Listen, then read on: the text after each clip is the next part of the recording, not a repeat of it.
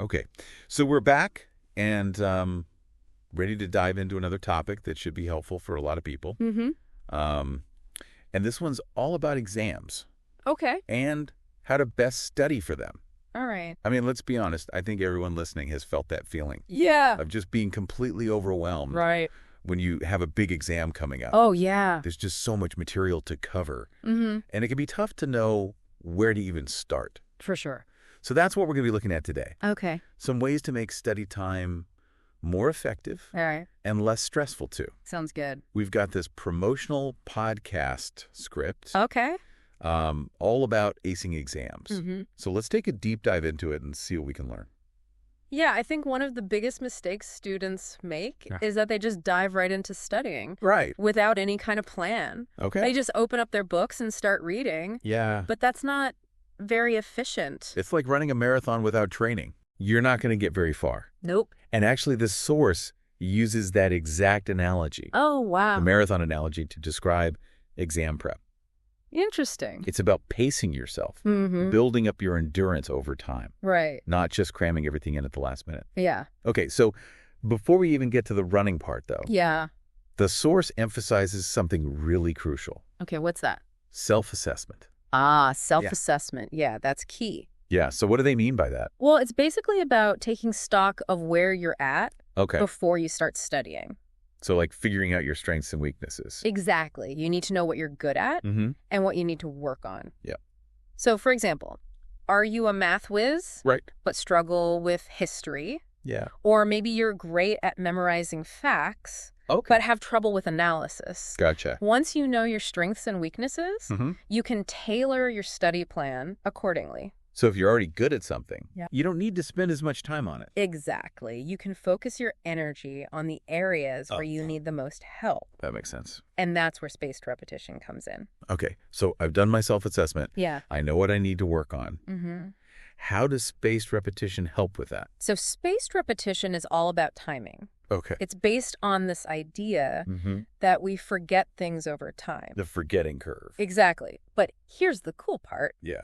Every time you relearn something, that forgetting curve gets shallower, Okay. meaning you remember it for longer.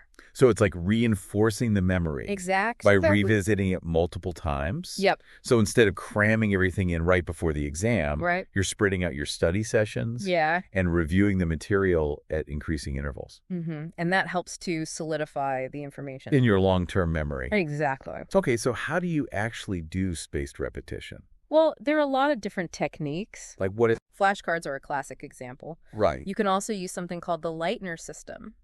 Okay, I've heard of that. Yeah, it's a system where you review things Mm-hmm. more frequently if you keep getting them wrong. Oh, that's interesting. Yeah, so you're basically focusing on the things that you're having trouble with. That makes sense? The key is to be consistent Okay. and to schedule regular review sessions. So you're not just passively reading the material Nope, you're actively engaging with it. and testing yourself. Exactly, and that's what helps you learn it deeply. So it's not just about memorizing facts for the exam No, it's about understanding the concepts. and being able to apply them. Exactly. It seems like this approach would be a lot less stressful, too. Definitely when you feel prepared, Yeah. you're more confident and less anxious. Right, because you know you've put in the work Exactly. and you're not just relying on last-minute cramming. And that's really important for your well-being. Okay, so how does studying connect to well-being?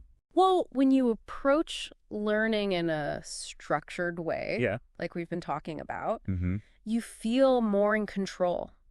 You're not just overwhelmed by the material. Right. You have a plan Yeah. and you're making progress. So it's empowering. Exactly. I like that. It's not just about getting good grades. It's about developing good study habits. Yeah, habits that you can use Mm-hmm. for the rest of your life. For anything you want to learn. Exactly. The whole marathon analogy is really resonating with me Yeah, it's a good way to think about it. because it's about pacing yourself Mm-hmm. and not burning out. And enjoying the journey. Exactly. Learning should be fun. Yeah, it shouldn't feel like a chore. And when you approach it the right way, Mm-hmm. it can be really rewarding. Okay, so let's recap. Okay. What are the key takeaways here? So first we talked about self-assessment. Right, knowing your strengths and weaknesses. Yeah, exactly. Then we talked about spaced repetition. Mm-hmm. Reviewing the material at increasing intervals. to reinforce your learning. Yep. And finally, we talked about the marathon analogy. Right. Pacing yourself and not cramming. Awesome. And remember, these principles aren't just for exams. Oh, yeah, they can be applied to anything. Learning a new language. Picking up a new hobby. Mastering a new skill. It's all about approaching learning in a more effective way. Exactly. So here's something to think about. Okay. What's something you're trying to learn right now Mm-hmm. outside of school or work? Like a personal goal. Exactly. It could be anything. Yeah. Mm-hmm. Maybe you're learning to play an instrument, Or trying to cook more. or even just trying to be more mindful. Those are all great examples. So how can you apply these principles to your own learning? That's a great question. Maybe it's time to ditch the all-nighter Mm. and embrace the marathon approach. Yeah. You might be surprised at how much more you enjoy the journey. And how much further you can go.